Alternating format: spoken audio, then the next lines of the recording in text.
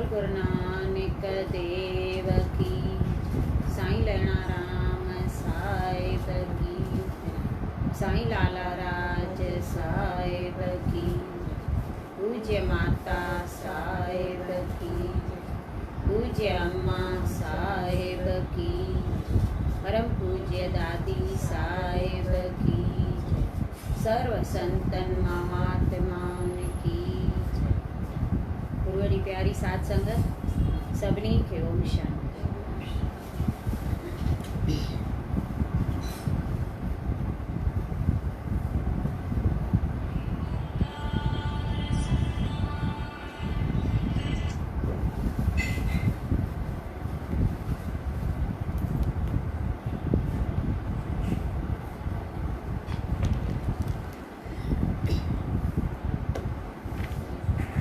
अध्याय 17। प्रजा जी दुखी हालत ॾिसी राजा पृथुअ जो पृथ्वीअ ते कोप करणु। मैत्री ऋषिअ चयो त हे विदुर जी, जॾहिं सभु देवताऊं ऐं ऋषीश्वर हलिया विया, तंहिंखां पोइ राजा पृथु धर्म ऐं नीतिअ सां राज करणु लॻो। हिकिड़े ॾींहुं रयत खेसि अची वेनती कई त हे महाराज, तव्हां असांजा पालक आहियो ऐं शास्त्र जे आज्ञा मूजिबि असांजी पालना तव्हां ते आहे। असीं बुख था मरूं ऐं दुखी आहियूं। जीअं उॾई लॻण करे वणु पोलो थी वेंदो आहे, तीअं असांजो अंदर बि ख़ाली आहे। अनाज ऐं मेवो जिन ते असांजो गुज़रान आहे, सो त राजा बेन जे अधर्म करण करे पृथ्वी चोराए वई आहे। तंहिंखां सवाइ जेको ॿिज असीं धरतीअ ते पोखियूं था, तंहिंजा सलाह बि पूरा नथा निकिरनि। तंहिं लाइ असां सभु कुटुंब परिवार समेत तव्हांजे शरण आया आहियूं, कोई जोगो उपाउ करियो।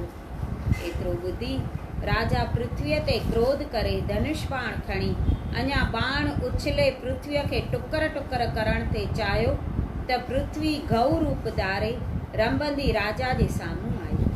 जंहिंखे पंहिंजे ज्ञान सां सुञाणी बि राजा धर्म ऐं अधर्म जो कुझु वीचार न करे हुन ॾांहुं तीर उछलण जी इच्छा कई। जंहिंखे ॾिसी गऊ रूप पृथ्वी उतां भॼी माण्हुनि वटि आई। राजा बि धनुष बाण खणी रथ ते चढ़ी पुठियां पियुसि। नेठि जॾहिं पृथ्वीअ प्राणनि जो बचाव न ॾिठो, तॾहिं राजा जे साम्हूं बीह चवणु लॻी त हे महाराज, छा तव्हांखे ख़बर न आहे त वेदनि ऐं शास्त्रनि में गऊअ खे मारणु वॾो पाप आहे? राजा जवाबु ॾिनो त शास्त्रनि में ईअं बि लिखियलु आहे त जंहिं जीव खां संसार खे दुख पहुचे, तंहिंजो मारणु पाप न आहे। सो बिरमा दवाऊं ऐं अनाज संसारी जीवन जे सुख वास्ते पैदा कया आहिनि, तिन खे तो लिकायो आहे। एतिरो ॿुधी गऊ रूप पृथ्वीअ चयो त हे राजा, जॾहिं मूंखे हरनाकश दैत पाताल में खणी वियो ऐं जीवन जे रहण वास्ते जाइ कान हुई, तॾहिं श्री नारायण 12 अवतार धारे मूंखे पाताल खां आणे पाणीअ ते क़ाइमु करे सभिनी जीवन खे मूं ते वसायो। जे तूं मूंखे मारे छॾींदे त तुंहिंजी सभु रयत काथे रहंदी? राजा जवाबु ॾिनो त मूंखे अहिड़ी सामर्थ्य आहे जो पंहिंजे योग बल सां ऐं श्री नारायण जे कृपा सां महाप्रलय जे पाणीअ ते बि प्रजा खे रहाए सघंदुसि। इहा ॻाल्हि ॿुधी गऊ सम्झी वई त हे राजा वॾो परतापी ऐं परमेश्वर जो अवतार आहे। तंहिं करे संदसि शरण पवण खां सवाइ मुंहिंजो प्राण बची न सघंदो। तंहिं राजा खे वेनती कई त हे महाराज, तव्हीं परमेश्वर जा अवतार आहियो, जीअं चाहियो तीअं करे था सघो। हाणे मूंखे जेका आज्ञा ॾियो तीअं करियां। अध्याय 18। राजा जो गऊ रूपी पृथ्वीअ खे ॾुई सभु दवाऊं अनाज ऐं फल फूल पैदा करणु। मैत्री ऋषि विदुर खे चवणु लॻो त गऊ रूपी पृथ्वी राजा खे चवणु लॻी त हे महाराज, मूं राजा बेन जे अधर्म करण करे अनाज ऐं दवाऊं इन्हीअ करे पाण में लिकाए छॾियूं हुयूं जो राजा बेन जे राज में माण्हुनि जप तप योग होम ऐं दान करणु छॾे ॾिनो हो। देवताउनि ऐं अग्नीअ खे अनाज दान न थे मिलियो, तंहिं करे मूं अधर्मी माण्हुनि खे पालणु वाजिबु न ॼातो। ऐं हाणे हे धर्मात्मा राजा, हाणे मां तव्हां जेकॾहिं अॻे वांगुरु अनाज ऐं फल पैदा करणु घुरो था, त वेद जो मंत्र पढ़ी योग अभ्यास सां गऊ वांगुरु मूंखे ॾुहो त जेकी मूं लिकायो आहे सो सभु कुझु मूं सां खीर वांगुरु डुबी ईंदो ऐं पहाड़नि जो बेअंदाज़ बोझो जो मूं ते रखियलु आहे सो बि तव्हां खणी हिकिड़े पासे करियो त घणी जाइ ख़ाली थी पवंदी ऐं घणी ज़मीन हेठि मथे पई ॾिसिजे तंहिंखे बि बराबरि करे छॾियो।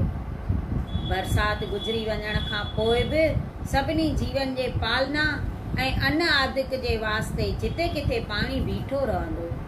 राजा पृथु एतिरो ॿुधी पंहिंजे कमान जे नोक सां पहाड़नि खे उखेले खणी उत्तर दिशा में रखियो।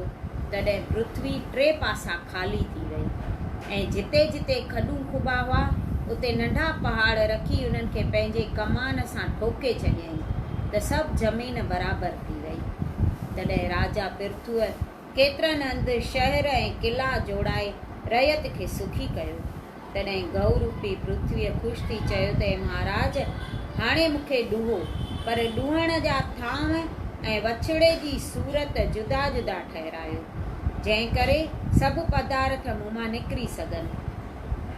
पोइ पहिरियां ई बिरगू आदिक ऋखीश्वरनि गऊ रूपी पृथ्वीअ खे ॾुधो त उन मां वेद निकितो जंहिं लाइ ब्राह्मणनि ख़ुशि थी चयो त इहो असांखे घुरिजे।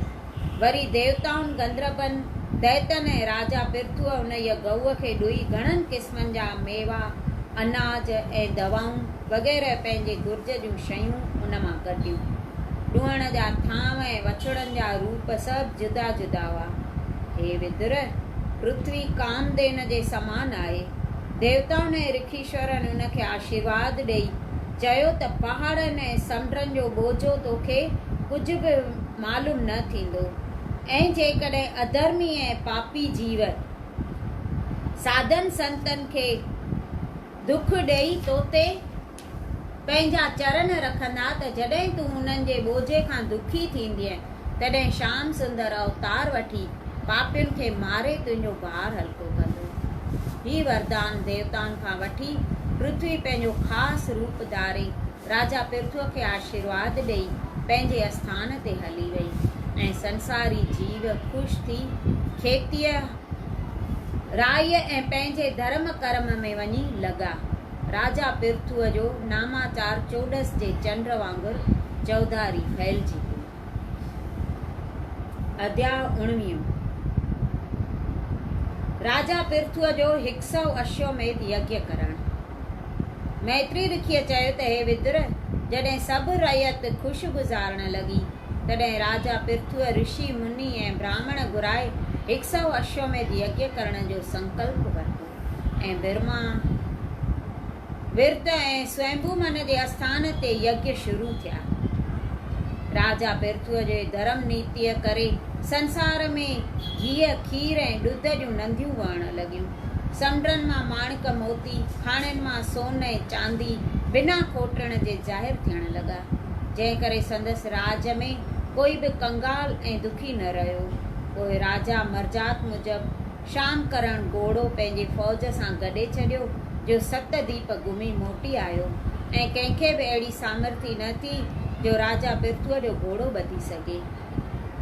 सभिनी राजाउनि संदसि आण मञी पंहिंजे पंहिंजे मुल्क जूं सूखड़ियूं ॾेई घोड़ो छॾे ॾिनो। जॾहिं अहिड़ीअ तरह राजा 99 यज्ञ पूरा करे पोयों यज्ञ करण लाइ शाम करण घोड़ो छॾे ॾिनो तॾहिं इंद्र उदास थी वीचार कयो त हिन यज्ञ पूरे थियण खां पोइ राजा पृथु मुंहिंजो आसन खसे वठंदो। तंहिं करे कंहिं तजवीज़ सां इहो घोड़ो गुम करणु घुरिजे जंहिं करे पोयों यज्ञ पूरो थी न सघे। हुन पंहिंजे पुट खे चयो त जीअं वणई तीअं इहो घोड़ो कंहिं बि तरह मूं वटि आण। सो हुनखे पकड़ण वास्ते आयो पर घोड़े सां वॾा वॾा योद्धा ॾिसी डिॼी वियो ऐं मोटी अची इंद्र खे चवणु लॻो त मूंखे एतिरी ताक़त किथे आहे जो घोड़े खे पकड़े सघां। तव्हांखे समर्थी हुजे त ताक़त हलाए ॾिसो। एतिरो ॿुधी इंद्र वीचार कयो त राजा पृथु वॾो धर्मात्मा आहे संदसि साम्हूं लड़ी घोड़ो खसे न सघंदुसि तंहिं करे दगा करे उहो घोड़ो हथु करणु घुरिजे। इहो पको पह करे जोगीअ जो रूप धारे उते राजा जे नौकरनि हुनखे जोगी सम्झी घोड़े वटि वञण में रोक न कई। हुन उते पहुची घोड़े खे वाघ खां जले आकाश मार्ग ॾांहुं रुख रखी पंहिंजे लोक जो रस्तो वरितो। राजा जे नौकरनि इहो अचरज ॾिसी हिकदमि अची राजा खे ॿुधायो त महाराज, हिकिड़ो जोगी घोड़े खे आकाश में उॾाए वठी वियो आहे। एतिरो ॿुधी राजा ब्राह्मणनि खां पुछियो त इहो जोगी केरु हो जो मुंहिंजो घोड़ो उॾाए वियो। ब्राह्मणनि योग बल सां ॾिसी चयो त हे राजा, तव्हांजे घोड़े खे राजा इंद्र पंहिंजे आसण खसजण जे भव करे पंहिंजे लोक में वठी वियो आहे। मतां ही 100 यज्ञ पूरे करण ते राजा मुंहिंजो आसण खसे वठे। राजा चयो त मूंखे इंद्र आसण जी त लोड़ ई कान्हे, मगर जंहिं हालत में राजा इंद्र मुंहिंजो यज्ञ भंग करण थो घुरे, तंहिं हालत में इन घोड़े खे ज़रूरु घुराइणु घुरिजे। एतिरो चई राजा पंहिंजे पुट विजताशुअ खे हुकुम ॾिनो त तूं वञी घोड़े खे वठी अच। ऐं अत्री मुनि बि साणुसि गॾिजी वियो। हू ॿई उॾामंदा इंद्रलोक जे वेझो पहुता। तॾहिं ऋखीश्वर राजा इंद्र खे घोड़ो वठी वेंदो विजताशुअ खे ॾेखारियो, जंहिं पंहिंजो सर्वंस बाण कढी कमान ते चाढ़े इंद्र खे छातीअ में हणण जो इरादो कयो त हू पंहिंजे प्राणनि जे डप खां घोड़ो छॾे अलूप थी वियो। ऐं विजताशुअ उहो घोड़ो पंहिंजे पीउ पृथ्वीअ वटि आणे इंद्र जे भॼी वञण जो हाल ॿुधायो। तंहिंखां पोइ बि केतिरा दफ़ा राजा इंद्र पंहिंजे माया सां अंधेरी पैदा करे घोड़ो चोरायो, मगर विजताशुअ हर घड़ीअ मोटाए पिए आंदो। केतिरा दफ़ा ईअं कंदे बि जॾहिं राजा इंद्र चोराइण बंदि न कयो, तॾहिं राजा पृथ्वीअ क्रोध करे धनुष बाण हथ में खणी इंद्र खे मारण लाइ उथियो। पर यज्ञ कराइण वारनि ऋखीश्वरनि रोके चयुसि त हे पृथ्वीनाथ, तव्हां 100 अश्वमेध यज्ञ करण जो संकल्प कयो आहे। क्रोध करण करे उन में विघ्न पइजी वेंदो। इंद्र अमृत पीअण करे कंहिं बि तजवीज़ सां मरी न सघंदो। तंहिंखां सवाइ ब्रह्मा ऐं नारद यज्ञशाला में अची चयो त हे राजा, तूं इंद्र जे मरण जी इच्छा न कर, हुन जो मौत तुंहिंजे हथ न आहे। जेकॾहिं तोखे इंद्र आसन वठण जी इच्छा हुजे त तूं हाणे ई हली उतां जो राज कर, पर जेकॾहिं मुक्तीअ जी इच्छा हुजई त 100 यज्ञ न कर। जेके यज्ञ तो कया आहिनि तिन जे बदिले परमेश्वर तोखे दर्शन ॾींदो ऐं तूं मुक्ति प्राप्त कर। ऐं तुंहिंजे यज्ञ जो हाल संसारी लोक ॿुधी शुभ कर्म कंदा ऐं इंद्र जे दगा करण जो हाल ॿुधी कलयुगी लोक पाखंड रचींदा। अहिड़ीअ तरह ब्रह्मा जे सम्झाइण ते राजा पृथ्वीअ पंहिंजो क्रोध डरो कयो ऐं ब्रह्मा ऐं नारद मुनि पंहिंजे लोक ॾांहुं राही थिया। ऐं राजा पृथ्वीअ ब्राह्मणनि खे चयो त मूंखे इंद्र आसण जी लोड़ न आहे। मुंहिंजा 99 यज्ञ चङीअ तरह संपूर्ण थिया। हाणे बाक़ी जेको हिकु यज्ञ रहियो आहे सो मां नथो करियां। तव्हां ई पूरण आहुति अग्नीअ जे कुंड में खणी विझो। अञा ऋखीश्वरनि मंत्र पढ़ी पूरण आहुति ॾिनी त ब्रह्मा नारायण वटि वञी चवणु लॻो त महाराज, राजा इंद्र जे साम्हूं ॿियो को बि राजा 100 यज्ञ नथो करे सघे। तंहिंखां सवाइ राजा पृथ्वीअ परम भगत जो ॾिनल संकल्प पूरो थियणु न घुरिजे। तव्हां जीअं वाजिबु ॼाणो तीअं करियो। एतिरो ॿुधी सर्वशक्तिमान त्रिलोकीनाथ श्याम सुंदर ब्रह्मा ऐं इंद्र खे पाण सां गरुड़ ते गॾु विहारे पूरण आहुतीअ वक़्तु हुन यज्ञशाला में अची पेरा पधारिया, जिन खे ॾिसी राजा पृथ्वी ऐं सभिनी ऋखीश्वरनि उथी बि दंडवत कई ऐं हथ जोड़े उस्तति करण लॻा। अॻे माना यज्ञ जो ॾाढो हूंदो वॾो, माना सुठे में सुठो कमु भई यज्ञ खे सम्झंदा।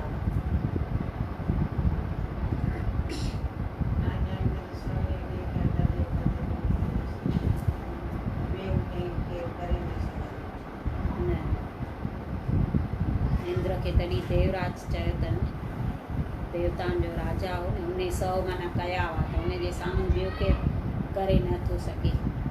पृथ्वीअ जा लोक माना नथा पई हेॾा करे सघनि।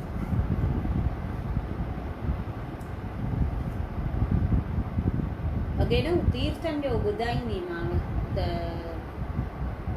तीर्थ करण भई जेके माण्हू वञनि था संत वियो तीर्थ करण। त हू राति जो सुम्हियो धर्मशाला में, त हुते ॿ देवताऊं पाण में ॻाल्हियूं पिया कनि।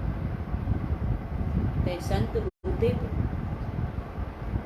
हू पाण में देवताऊं ॿई चवनि पिया त हिन यात्रा जो भई फल घणनि माण्हुनि खे मिलियो आहे। ॿियो देवता ॿुधाएसि पियो भई ईअं प्रार्थना त इलाहियुनि जी स्वीकार भॻवान कई आहे, पर फल त सभिनी खे न मिलंदो आहे। जेके आया आहिनि न उन मां कंहिंखे बि हिन यात्रा जो फल हिन दफ़े न मिलियो आहे। त हू वरी चएसि थो पोइ ईअं कीअं, हेॾा लखे माण्हू आया आहिनि त कंहिंखे बि फल न मिलियो आहे। चईसि न, आयलनि मां कंहिंखे बि फल न मिलियो आहे। त चईसि बाक़ी कंहिंखे मिलियो आहे। चईसि हिकिड़ो जेको यात्रा में न आयो आहे न, अहिड़े माण्हूअ खे हिन दफ़े फल मिलियो आहे। त हू चएसि ईअं कीअं थी सघे, यात्रा में न अचे ऐं उनखे फल मिले, ईअं त कॾहिं थी न सघंदो आहे। चईसि हा हिन दफ़े ईअं थियो आहे। चईसि उहो केरु आहे। चईसि उहो फलाणे शहर में मोची रहंदो आहे हिकिड़ो, रामू नालो अथसि उनजो, उनखे सॼो फल मिलियो आहे। त हू संत जेको ॿुधे पियो न, चए पियो हाणे अहिड़ो भाग्यशाली आहे उहो जेको हिते पहुतो ई कान्हे यात्रा करण, त उनखे सॼो फल मिली वियो आहे। त अहिड़े जो मां दर्शन त करे अचां नी। त अचे थो संत, चए थो आहे त ॾाढो परे जिते रहे थो, पर हाणे परे खे मां छा कंदुसि, जॾहिं पहुतुसि मां हलंदो थो हलां। हे पंधु पियो संत, हलंदो थो अचे, जिते राति पएसि उते वेही रहे। आख़िर चङे टाइम खां पोइ उन शहर में पहुतो। उन शहर में त पहुतो, वरी उते पुछा करे न त हिन रामू मोची भाई किथे रहंदो आहे। उते शहर में पुछा कई, पुछाईंदो आख़िर हिनखे उहो घर जो पतो बि मिली वियो भई हिते रहंदो आहे। त हिनजे घर अचे थो, अची ऐं घर थो खड़काएसि। खोलियईंसि भाईअ घर, चईसि तूं रामू आहे। चईसि हा मां रामू आहियां। चईसि तूं छा कंदो आहे। चईसि मां जूता ठाहींदो आहियां, मोची आहियां। चईसि तूं कॾहिं यात्रा ते वियो आहे। त चएसि थो त यात्रा ते त मां कॾहिं कोन वियो आहियां, मां अहिड़ो ग़रीब माण्हू, तव्हां संत थी मूंसां इहा मस्ती छो था कयो, मां कीअं वञी सघंदुसि।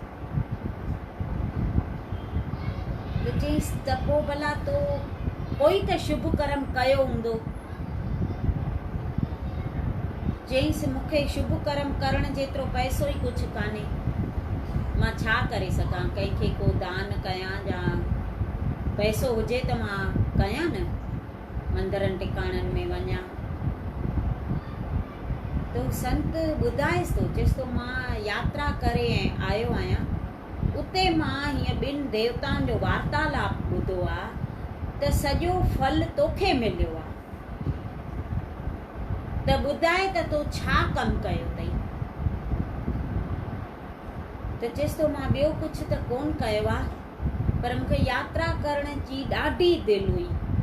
3-4 सालनि खां मां पेट में घटि खाई ऐं पैसा गॾु कंदो हुउसि, हिकु दॿो ठाहियो, उन में विझंदो वेंदो हुउसि, पाई पैसो टको जेको हूंदो। हिन साल मुंहिंजा एतिरा पैसा गॾु थी विया हुआ जो मां यात्रा ते अची पियो सघां, ऐं मां पक कई त मां हिन दफ़े यात्रा ते वेंदुसि। एतिरा पैसा मूंखे थी विया आहिनि, अञा थोरा ॾींहं हुआ वञण में। त पासे वारे घर में मेथीअ जी भाॼी पई रचे त मुंहिंजी ज़ाल जे पेट सां उनखे मेथी खाइण ते दिलि थी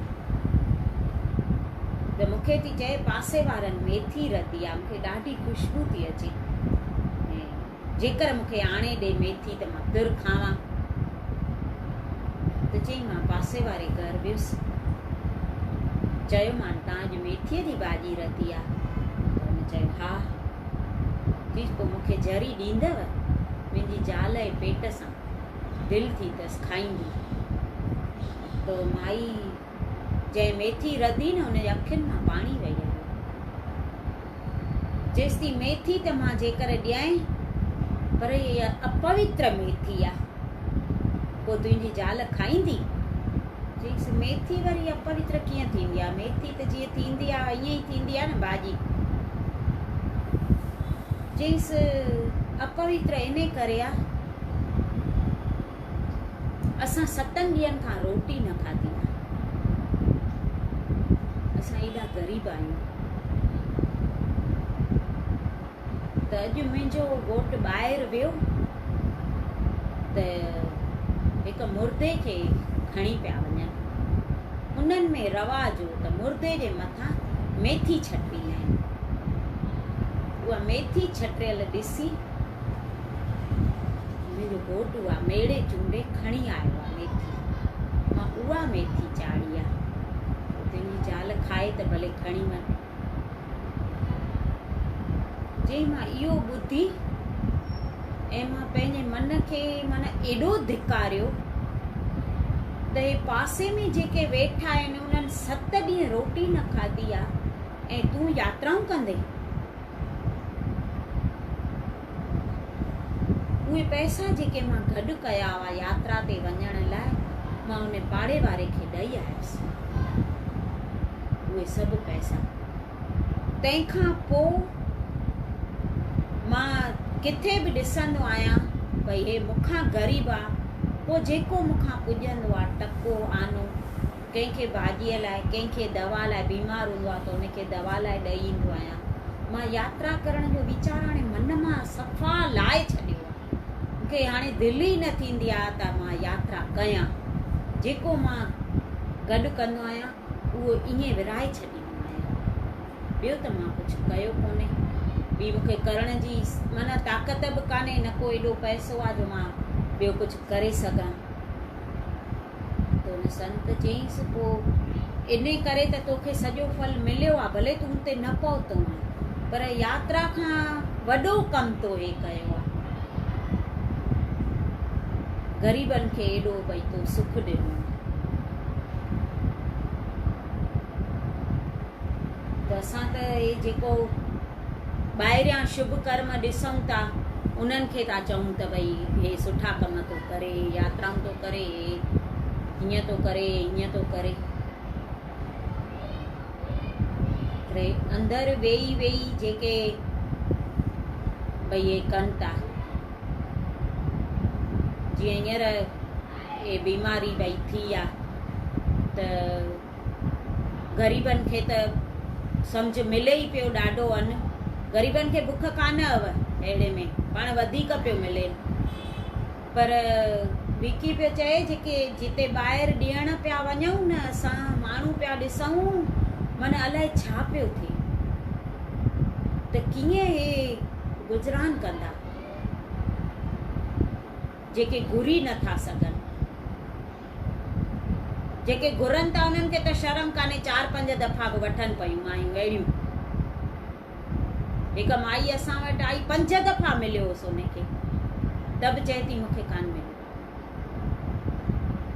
माना ग़रीबनि खे शर्म कान थो थिए घुरणु, उन्हनि खे ॾाढो पियो मिले, पर जेके मीडियम वर्ग जा हुआ न उहे पीसजी पिया वञनि।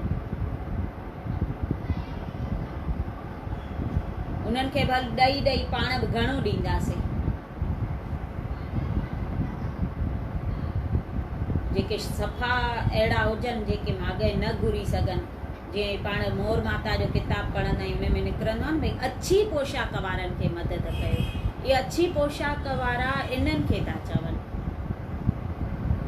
जेके मध्यम वर्गीय माण्हू हुजनि, शर्म में जेके मरंदा हुजनि भई, हुजनि बि न ऐं कंहिंखां घुरनि बि न। ऐं अहिड़नि खे वरी केरु ॾींदो आहे न त उहो बि बोझ लॻंदो अथनि। भई जेकर कंहिंजो भार असांजे मथां न हुजे, कंहिंजो उपकार न हुजे,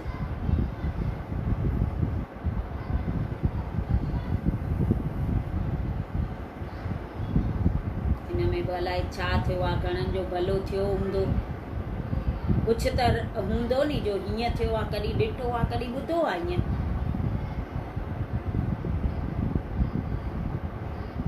जो माण्हू न गॾिजो, माण्हू न गॾिजो, हिक ॿिए मां चेप थो लॻे।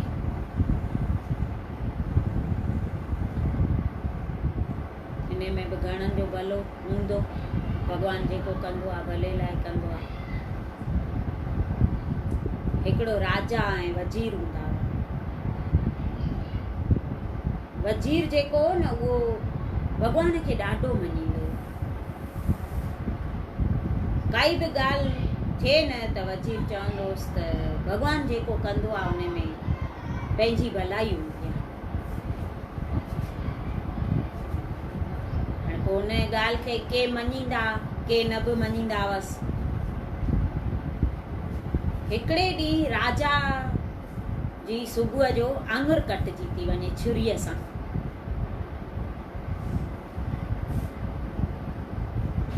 त वज़ीर आयो, राजसभा में जो आयो त पुछेसि तो राजा हे छा थियो अथई? पटी ॿधल हुअसि आङुरीअ खे। छा थियो अथई राजा? त राजा अलाए छो मुंहिंजी आङुर कटिजी वई आहे छुरीअ सां। त वज़ीर चएसि थो त भॻवानु जेको कंदो आहे पंहिंजे भले लाइ कंदो आहे। हे परमात्मा जा खेल आहिनि, वेठो ॾिस। हाणे हिकु राजा खे माना लॻो, वरी सूर पियो पएसि त हिनखे गुस्सो पियो अचे। चईसि तूं तुर तुर ते भॻवान खे छो विच में विझंदो आहे? वज़ीर चएसि पियो भॻवान खां सवाइ केरु आहे छा? करण कराइण वारो परमात्मा आहे, पाण खां छा थी सघंदो? ऐं हू जेको कंदो आहे असांजो भलो सोचे ई कंदो आहे। चईसि माना मुंहिंजी आङुर कटिजी आहे त हिन में मुंहिंजो भलो हूंदो? राजा गुस्से में थो चएसि। त वज़ीर चएसि थो हा राजा, इन में भलो ई हूंदई। ठहियो राजा खे ॾाढो गुस्सो पियो लॻे। 2-3 ॾींहं थिया त राजा पियो चए त हिन खे मां वज़ीर खे ॾेखारियांसि, हे असांजे मथां कुझु थिए थो त चए थो भॻवानु भई हिन में भलो हूंदो, भॻवानु जेको कंदो आहे सभु असांजे भले लाइ कंदो आहे। पर हिन जे मथां अचे तॾहिं चए त पोइ मां ॾिसां। पंहिंजे मथां दुख अचेसि थो त तेॾीमहिल चए थो त भॻवानु हिन में भलो कयो हूंदो। चईसि हल त शिकार ते हलूं। 2 ॼणा विया घोड़ा खणी। हे परे थोरो निकिरी विया जंगल में। हिननि खे उञ लॻी। उते हिकिड़ो खूह ॾिठई राजा। चईसि हाणे उञ बि लॻी आहे, पाणी पियऊं। वज़ीर चईसि भले। घोड़ा बीहारे ऐं 2 ॼणा लथा। त वज़ीर जीअं ईअं पाणी खणण अञा ॾिसे पियो भई पाणी आहे की न कान्हे, त राजा खणी धिको ॾिनईसि खूह में वज़ीर खे। हू जो ईअं ओचितो ईअं किरी पियो, राजा ॾे मथे निहारे थो। त राजा चएसि थो हाणे हे जेको थियो आहे उन में भॻवानु भलो कयो हूंदो नी? त वज़ीर हथ जोड़े चएसि थो हा राजा, मूंखे पक आहे त हिन में मुंहिंजो भलो हूंदो। ठहियो राजा जीअं घोड़े ते चढ़ण वियो त उते जंगली माण्हू जेके हूंदा आहिनि न आदिवासी, उन्हनि जी टोली आई। अची ऐं राजा खे पकड़े ॿधी ऐं वठी वियसि। राजा खे ॻाल्हाइण जो मौक़ो ई कोन ॾिनो। हे वाइड़ो थी वियो, हे छा? चए पियो भेण 2 ॼणा त हुआसीं, मां ऐं वज़ीर। हींअर वज़ीर हुजे हा त कुझु त मूंसां भई करे हा। ठहियो हे वठी आयसि हिन पंहिंजे हिन जेके वॾो हिननि जो हूंदो आहे। त मन में पिया चवनि अॼु त अहिड़ो माण्हू मिलियो आहे सुठो सुहिणो अहिड़ो तगड़ो, अॼु त देवी ख़ुशि थी वेंदी हिनजी बली वठी। राजा त ॾकी वियो, हे छा मूंखे बली चाढ़ण लाइ वठी था हलनि। हिनखे देवीअ जे मंदर में वठी आया त पूजारी जेको न हुन चईंसि हिनखे सनानु पाणी कराए पोइ वठी अचो। हिनखे सनानु कराए ऐं वठी आया त बली चाढ़ींदा आहिनि न तेॾी महिल सॼो शरीर ॾिसंदा आहिनि भई कुझु बि अंग कटियल न हुजे। त पूजारी सॼो हिनखे माना जाचेसि पियो त हिनजी आङुरी कटियल हुई। त पूजारीअ चईंसि हे बलीअ जे लाइक़ु कोन्हे, हिनखे छॾे ॾियो, हिनजी आङुर कटियल आहे। ऐं बलीअ खे देवीअ खे भई सॼो सारो माण्हू खपंदो आहे, हे न हलंदो, ॿियो माण्हू ॻोल्हे अचो। राजा खे पेट में साहु पियो आयो, घोड़ो खणी हिनखे त छॾे ॾिननि, हू पोइ ॿिए पासे हली विया माण्हू ॻोल्हण। राजा खे हिते सम्झ में आयो त बराबरि मुंहिंजी आङुर कटिजी, हिन में मुंहिंजो भलो त ॾिसण में आयो, पर मां वज़ीर खे जो खूह में धिको ॾिनो त उन जो कहिड़ो भलो थियो जो हू चए पियो मूंखे पक आहे त मुंहिंजो बि हिन में भलो हूंदो। आयो सिधो खूह ते, पंहिंजी पगड़ी लाहे मथे तां ऐं उहा हेठि खूह में उछलियईसि। वज़ीर खे चईंसि निकिरी अच। आयो वज़ीर ॿाहिरि, चएसि थो पहिरियों त मूंखे माफ़ु कर, तो जहिड़े धर्मात्मा वज़ीर खे मां ईअं खूह में फिटो कयो, पर तूं चवंदो आहे न त भॻवानु जेको कंदो आहे त उन में असांजो भलो हूंदो आहे, त मूंखे अॼु पंहिंजी ॻाल्हि त सम्झ में आई, मूंखे उन ॾींहुं त ॾाढो गुस्सो पियो अचे। तूं चए पियो त हिकु त मुंहिंजी आङुर कटिजी वई, मूंखे सूरु पियो थिए, वरी तूं चए पियो भॻवानु जेको कंदो आहे भले लाइ कंदो आहे, त मूंखे इहा ॻाल्हि सम्झ में न पई अचे, पर अॼु मूंखे सम्झ में आई। हीअं मां तोखे धिको ॾेई वियुसि, मूंखे हीअं माण्हू वठी विया बली चाढ़ण लाइ पिया वठी वञनि, मूंखे ॻाल्हाइण जो मौक़ो ई न पिया ॾियनि, पकिड़े ॿधी करे मूंखे वठी हलिया, उते बली पिया चाढ़नि त पूजारीअ मुंहिंजी आङुर कटियल ॾिठी त चई हिनखे भई बली न चाढ़बी, हिनखे छॾे ॾियो, ॿियो माण्हू वठी अचो। त मुंहिंजो त भलो हिन में निकितो, पर तुंहिंजो कहिड़ो भलो थियो, मां जो तोखे धिको ॾिनो।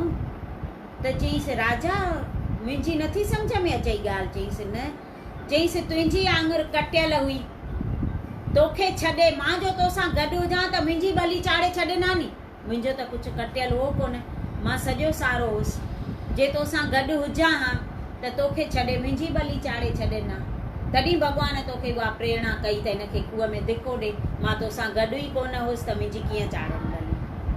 तॾहिं हू ॿियो माण्हू ॻोल्हण हली विया।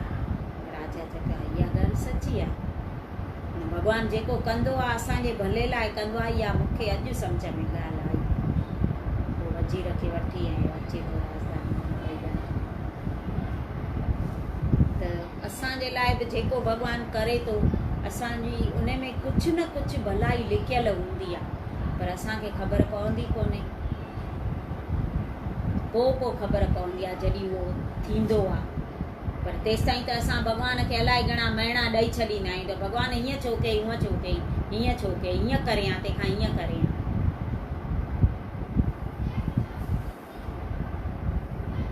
चवंदा आहिनि गुरू ऐं शिष्य जे विच में छो आयो न, माना गुरू शिष्य खां अलॻि थी वेंदो, शिष्य जे मन में छो न अचणु खपे त गुरूअ हीअं छो कयो। त असांखे त अहिड़ा केई सुवाल उथंदा आहिनि, कोन कंदा आहियूं हीअं छो थियो, पोइ तंहिंखां हीअं थिए हा नी, तंहिंखां हीअं थिए हा नी। हिकिड़ो गुरू ऐं सिख हुआ, पोइ हुनखे वञनि पिया ॿाहिरि, अॻे त पंधु वेंदा हुआ न, ॿई ॼणा वञनि पिया, मंझंदि जो टाइम थियो, ॾाढी उस, गर्मीअ जो टाइम, उस ॾाढी, सिख वीचारो हली न पियो सघे, उस में गर्मी पई थिएसि ॾाढी, पेर पिया सड़नसि, त हलंदा पिया वञनि। त सिख खे मन में ईअं थियो त गुरू अहिड़ी उस में छो थो वठी हले,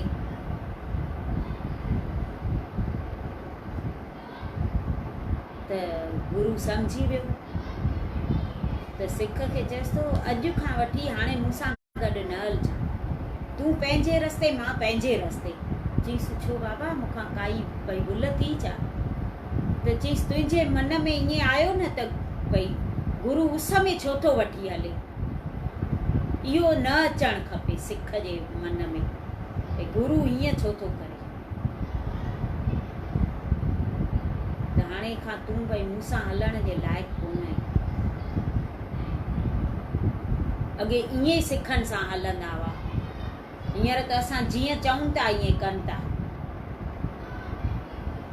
दादी जन कुझु चवंदा, पोइ दादी हीअं न कयूं हीअं कयूं, चवंदा हा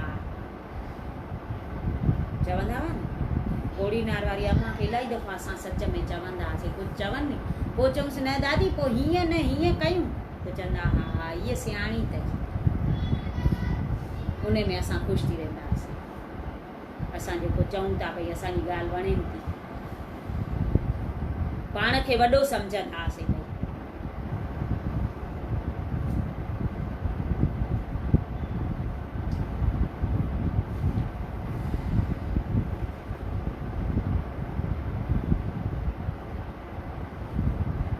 अध्याय 20 राजा पृथ्वीअ जो सभु राजाऊं पंहिंजे राजगदी आस्थान में घुराइण। सुखदेव राजा परीक्षित खे चवणु लॻो त श्री नारायण राजा पृथ्वीअ जे वाताउंसि त ॿुधी ॾाढो ख़ुशि थियो ऐं चवणु लॻो त हे राजा तुंहिंजा यज्ञ संपूर्ण ॾिसी असां तोखां ॾाढो प्रसन्न थिया आहियूं। हाणे जेकी घुरणो हुजई सो घुर ऐं इंद्र जो अपराध बि खिमिया कर, छो त सभिनी नंढनि वॾनि जीवन में आत्मा हिकु आहे। फ़क़ति चङनि ऐं मंदनि कर्मनि जे करण करे चङो ऐं ख़राबु कोटबो आहे।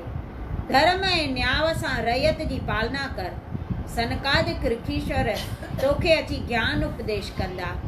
त्रिलोकीनाथ जे मुखारविंद मां इहे वचन ॿुधी राजा पृथ्वीअ संदसि पूजा करे हथ जोड़े वेनती कई त हे प्रभु, मूंखे इंद्रलोक या ॿिए कंहिं पदार्थ जी इच्छा न आहे। मां फ़क़ति तव्हांजे चरणनि जी भक्ति चाहियां थो।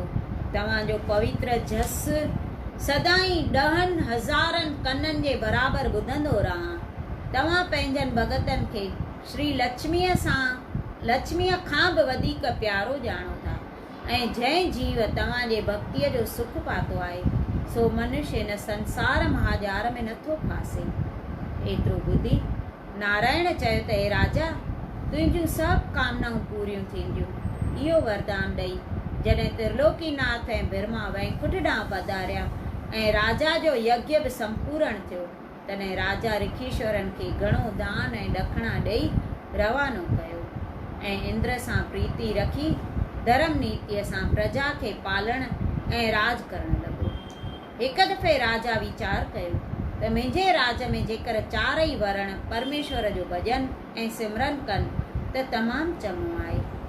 इहो ख़्यालु करे हिन 7 दीपनि जे राजाउनि, ऋषीश्वरनि, ब्राह्मणनि ऐं चइनी वर्णनि जे मनुष्यनि खे दामो मोकिलियो, जे जल्दी ई राजा पृथ्वीअ वटि अची गॾु थिया।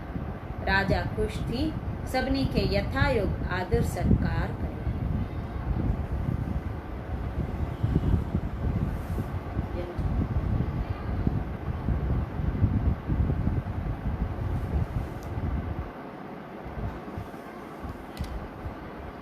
बोलो सतगुरु देव भगवान की जय।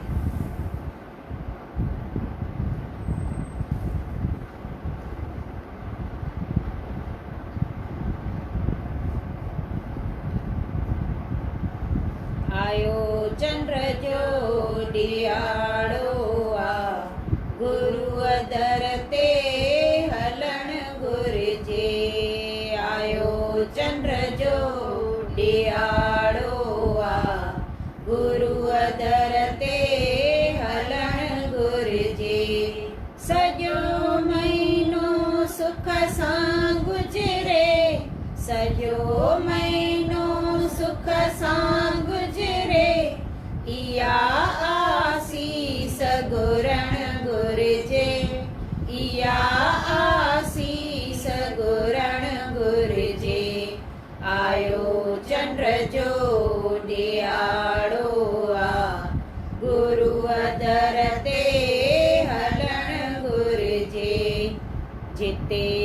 सतगुर संधा डेरा उते आनंद संधा डेरा जिते सतगुर संधा डेरा उते आनंद संधा डेरा अचन जे रोज हिन दर ते वसन तिन जा सदा वेड़ा अचन जे रोज हिन दर ते वसन तिन जा सदा वेड़ा रखी सिक भावना दिल में रखी सिक भावना दिल में रोज बेरो बरण गुरजे रोज बेरो बरण गुरजे आयो चंद्र जो ॾियारो आ गुरु दर ते हलण गुरजे आयो चंद्र जो ॾियारो आ गुरु दर ते हलण गुरजे प्यारा पंध करे गुरु दर ते तुंहिंजा दुख दूर थी वेंदा प्यारा पंध करे गुरु दर ते तुंहिंजा दुख दूर थी वेंदा कष्ट कापूर थी वेंदा भंडारा भरपूर थी वेंदा कष्ट कापूर थी वेंदा भंडारा भरपूर थी वेंदा हिम्मत ना हार हरगिज तूं हिम्मत ना हार हरगिज तूं निराश थी न वेहण घुरिजे निराश थी न वेहण घुरिजे आयो चंद्र जो ॾियारो आ गुरु दर ते हलण घुरिजे आयो चंद्र जो ॾियारो आ गुरु दर ते हलण घुरिजे मुरादूं जित थियनि पूरियूं अहिड़ो गुरु नानक जो घर आ मुरादूं जित थियनि पूरियूं अहिड़ो साईं लाला राज जो दर आ जितां कंगाल थिया पातशाह अहिड़े दाता जो ई दर आ जितां कंगाल थिया पातशाह अहिड़े दाता जो ई दर आए कुछ देर नाए अंधेर आए कुछ देर नाए अंधेर माधव धीरज धरण घुरिजे दासी धीरज धरण घुरिजे आयो चंद्र जो ॾियारो आ गुरु दर ते हलण